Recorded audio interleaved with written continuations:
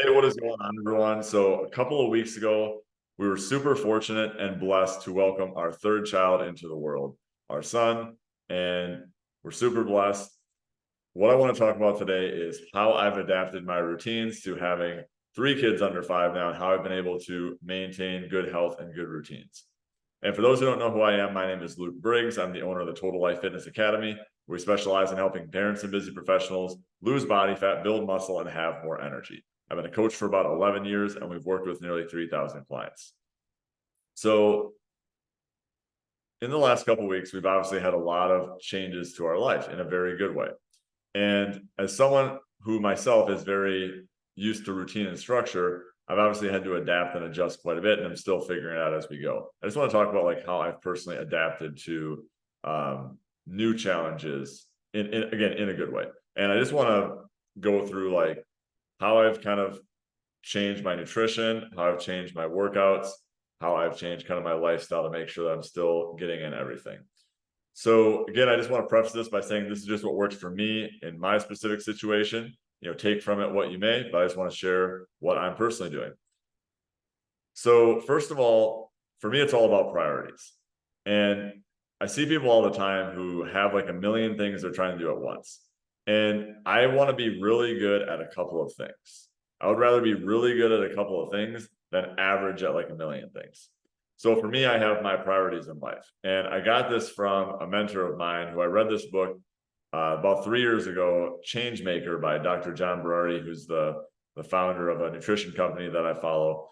And he talked about how he has really managed to simplify his life by only having really three priorities. And he listed off his three priorities as being his family, his business, and his personal health routines. And I said, that's exactly what I want to be my three priorities as well. So it made me realize that anything else that's reoccurring in nature that's asked of me right now in this season of life is going to be a no, because those are the three things that I want to optimize for in my life.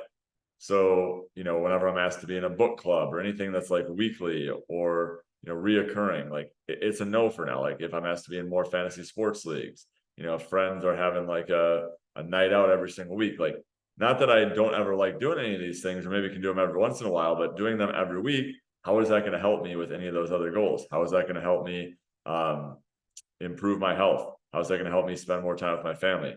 How is that going to help me grow my business? It's not. So that's how I think of things, as I have my main priorities and I want to really optimize these. And these are the things that are really important to me.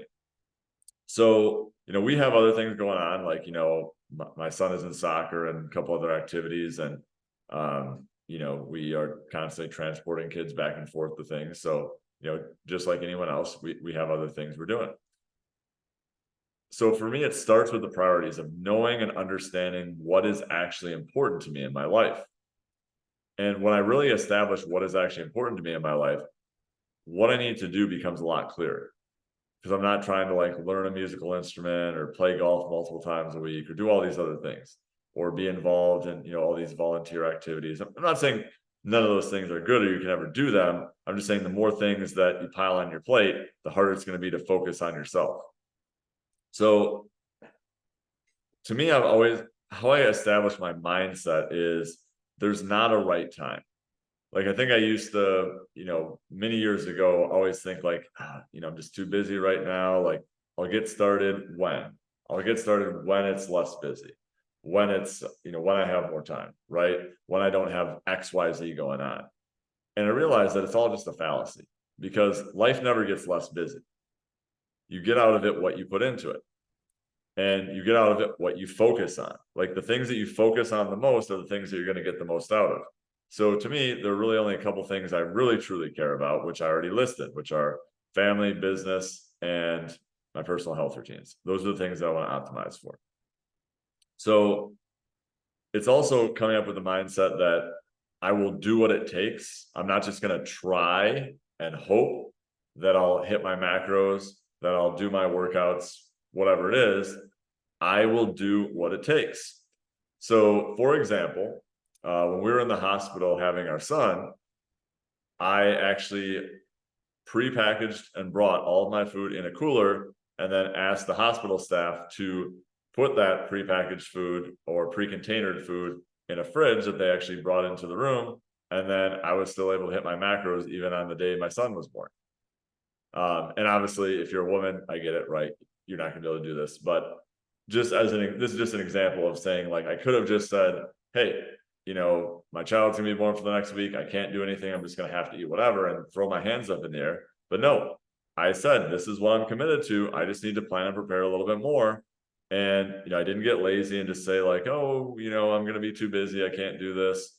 Oh, but there's not gonna be a refrigerator there. I don't know. Maybe there will be, maybe there won't. I just asked and I made it happen, right? So the mindset of you will do what it takes to be successful is super important. Like if you're just always quote unquote trying your best, if I'm just like constantly trying, like trying is a built-in excuse for when you don't do it, right? Because you said, oh, well, I tried. I don't want to just try, I want to commit to something. So for me, this is very important. So I'm committing to it and doing what it takes to be successful. The next thing is having, right along those lines, is having the discipline. So, for example, even though I've definitely been getting less sleep, I would say probably been averaging 5 to 6 hours a night for a couple of weeks now, sleeping a little bit more on Sunday mornings. I've realized that, no one's going to do the work for me. Like I can't just have a pity party and say like, oh, well, we have a newborn. I can't do this, right? I'm still focused on what I need to do. I still get up at 5 a.m. Every day during the week. And trust me, the last couple mornings, I've been like, oh man, the last thing I want to do is get up. I was up, with him multiple times in the middle of the night, feeding him for, like at least a half hour. But I said, hey, this is what I need to do right now. So I personally think, and I know some people are going to disagree with this, but I think that it's a mental thing. Like if you think you need sleep, you're going to need more of it, right? Like I think so many people think like, oh, well, if I don't get 8 hours of sleep, that's really bad. Like I haven't noticed my productivity drop at all. And I haven't felt like, oh, I have no energy. It is my belief, and this is why I've never had a cup of coffee in my life. If you think you need something in order to have energy, if you don't have that thing, you're going to think that you're low energy. I don't ever want to have to rely on something to give me energy because I can create my own energy. I was literally just listening to a podcast of a mentor of mine. So he was in prison for 10 years. He's obviously turned his life around since. And he wakes up every single morning at 2:45 a.m., 7 days a week, and he has for like 10 years. And then the host of the podcast asked him, he's like, well, if you get up at 2:45, what time are you going to bed? He's like, oh, usually about 10:30. So he's getting like 4 or 5 hours a night every night for 10 years. And he's one of the most energetic people I've ever seen. Now, am I recommending that? No, not necessarily. What I'm saying is he has the belief that he doesn't need as much sleep to give himself energy, right? Like that's just a micro example of if you believe something, if you believe, hey, I need 8 hours of sleep, otherwise I'm worthless, then it's going to be a self-fulfilling prophecy. Now, do I recommend for most people at least 6.5, 7 hours of sleep per night? Yeah, absolutely. There are many health benefits associated with it. But it's the same thing. Like if you think, oh, well, I only got 5 hours of sleep last night, I can't do anything today, I can't work out, I'm just, I'm going to be useless, then you are going to thus put that energy out into the world that you are low energy. So I don't think like, oh, I've been getting less sleep, therefore I can't be as productive. I'm still able to be just as productive because I have the mindset that, again, I will do what it takes. And I'm going to still practice the daily disciplines that I need to do. So the question is, how do you build discipline? And in my opinion, the definition of discipline is acting based on your commitments, not based on your feelings in the moment. Acting based on your commitments, not based on your feelings in the moment. So for example, like I said, this morning, I did not feel like getting up at 5 a.m., but I did anyways, because that's just who I am. That's a part of me. And I've practiced doing that over and over again and not negotiating with myself, every time I wake up. Like this is coming from someone who literally used to hit snooze 3 times a morning, drive my wife insane because the alarm would be going off for like 20 minutes. And I just wasted 20 minutes. So I could have just gotten up and gotten going. Like for me, getting up in the mornings used to be such a challenge because I believed it was a challenge. Once I just committed and made it work, now it's no issue. It's just a part of who I am and what I do. And then I'm still willing to be adaptable and adjustable. So like, for example, typically I'll feed our son at like 4:30 or 5 as like the last feeding kind of before I get up. But this morning he had been fed at like, 3 something. So he wasn't going to wake up at 5. So normally what I do is I'll like feed him at 5 and then I'll just go work out right away from like, 5:30 to 6:30. And then I get my son up and then daughter up and then get them going for the day. But actually what happened this morning was because I wanted to, let my wife sleep in a little bit. And I wanted to go get him if he woke up, our baby or our newborn, I decided to just do a little bit of work instead of work out. And then what I did was I shifted my workout to a little bit later, but I still got it done earlier in the day. So even though the schedule is like constantly changing and fluid because it's not predictable always when you have a newborn, I still made it work and still made it happen. So you have to have like a plan A and then like a plan B. So if you have no plan B for when you can do your workout, then you're not going to get it done. So I was able to be moldable and adaptable. Another thing that I do is I automate my nutrition. So how do I automate my nutrition? The first thing that I do is I eat the same thing or virtually the same thing like every single day. Like I can literally tell you like right now what I eat every single day. So obviously my macros, my portions are gonna be a little bit different than yours. But like, for example, this morning I had one of my meal delivery service meals.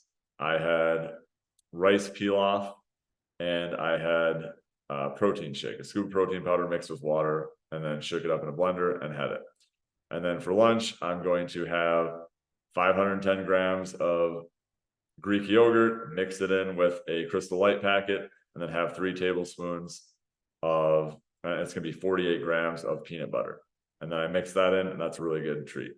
And then for dinner, I have 8 egg whites, 180 grams of oats, and then I put a Crystal Light packet in there to add some flavor. And then I actually have like muffins to round out the macros. And then depending on what my macros are, there might be some adjustments in there a little bit. Then I also have the meal delivery service meal. I believe I forgot to mention this. I have the meal delivery service meal for lunch as well. So like I literally have like the same thing every day. So it makes it super simple. Another thing that I have is I have a coach myself. So I don't have to think about, do I need to make an adjustment this week? I just know that I'm checking in with her every single Monday. So when I check in with her, she tells me, do I need to make any adjustments or do I need to keep everything the same? Like it automates it from the standpoint of I don't have to think every week whether I need to make adjustments to my nutrition. Someone just does it for me. Even though, I quote unquote know what I need to do, I like having accountability myself or like having someone else give me the process so I don't have to think about it or do it myself. So that's why I personally have a coach who helps me with my nutrition as well. And then what I do is I have meals that are pretty simple to make.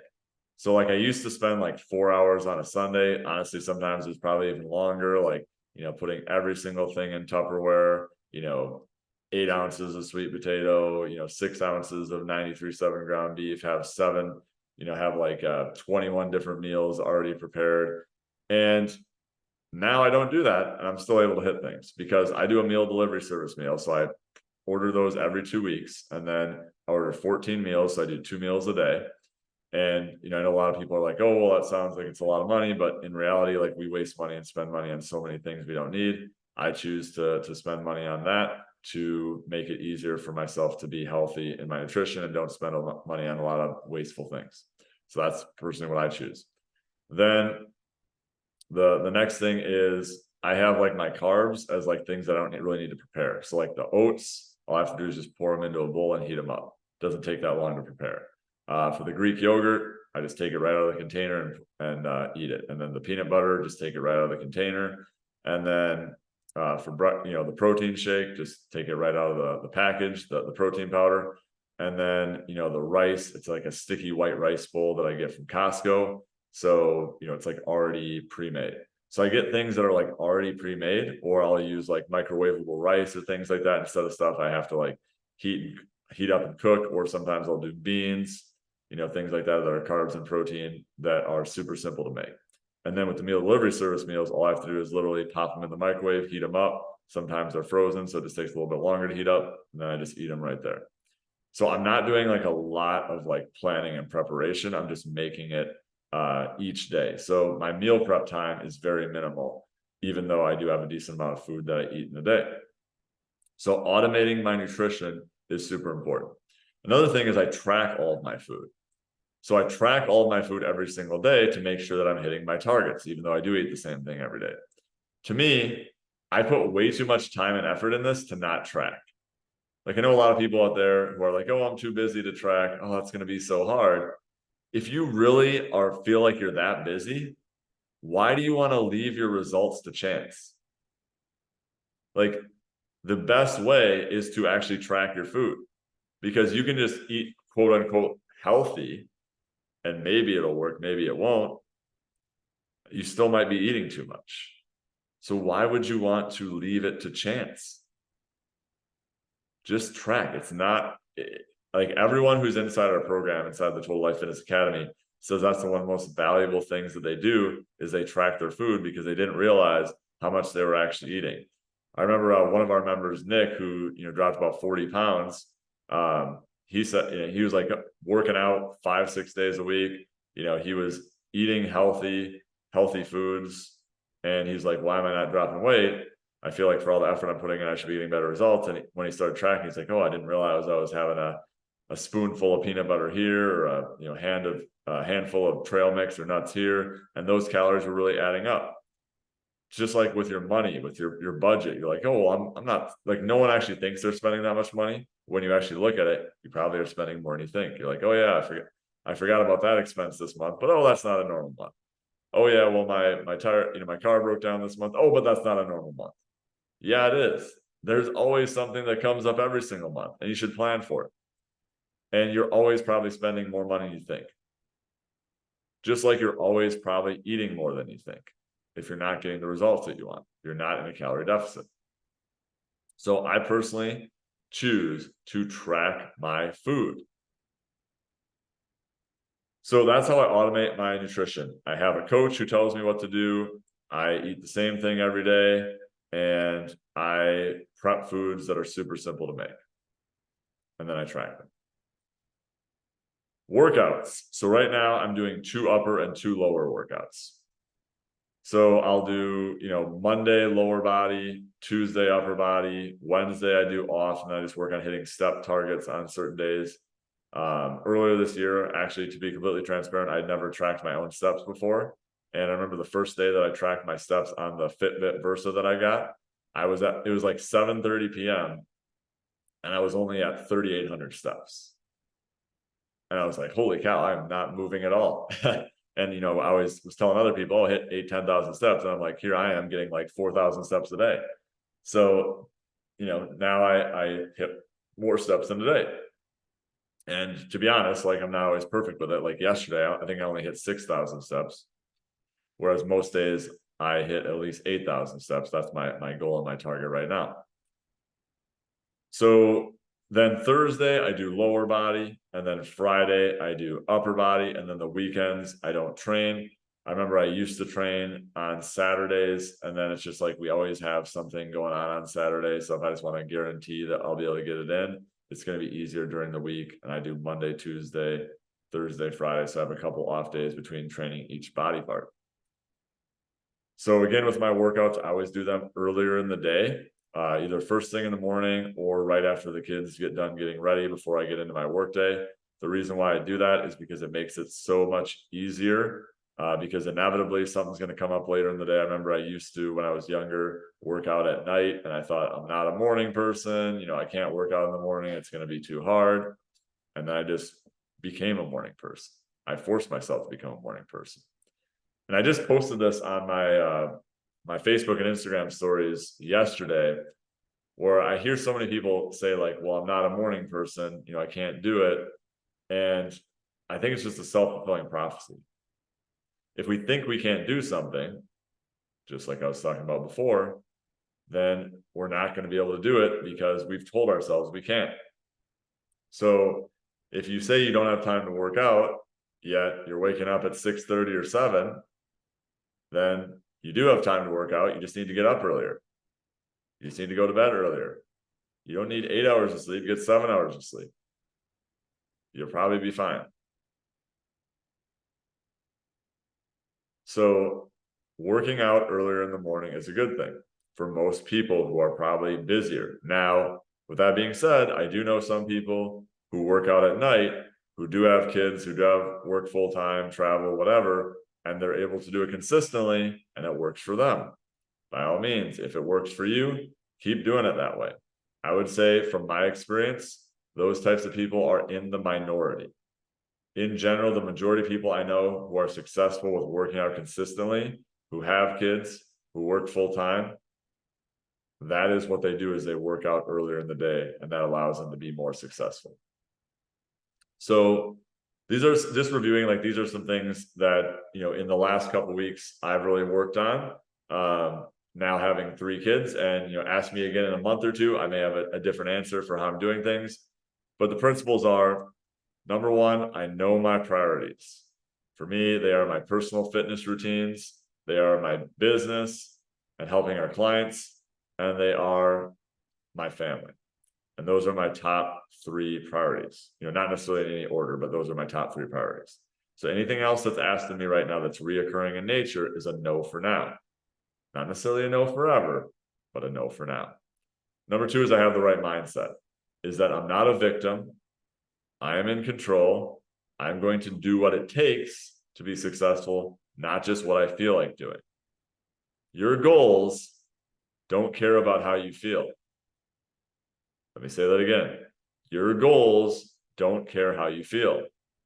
All they care about is whether the work gets done.